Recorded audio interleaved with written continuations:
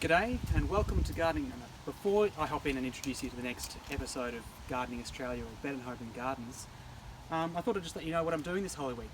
I'm doing a bit of gardening and decided to spend a bit of time meditating, reading and such leading up to Easter. Before ever I started theology, I was a gardener. And while I'm no master of the garden or getting things to grow, I also don't claim to be a master of the spiritual life. But I think there are some lessons that we can learn here in the garden that we can apply to our spiritual life, particularly the lesson of cultivation. If no work is done in the garden, it will just decay and die or become overrun with weeds.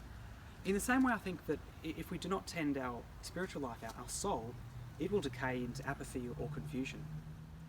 So if I spent this week leading up to Easter doing nothing for my spiritual life, the thing that I can be most sure of is that nothing. However, if I set aside a bit of time, a little time to enter into the spirit of Lent, I can hope for some real graces and fruits that will most certainly follow. One thing is for sure, as we heard in our first reading today, any toil in the spiritual life will not be in vain.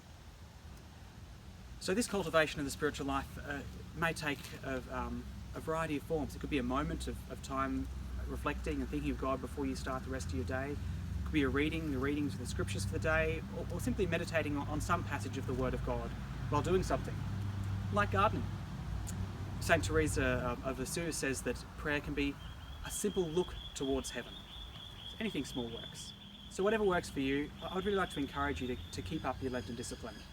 This could be the first Lenten discipline entering to Holy Week now, or you could be doing it for the last 37 days. Either way, 3 days to go and 3 days to really enter into this spirit of cultivation. So I'll leave you to that and keep going, getting my hands actually dirty before I have to wash them again.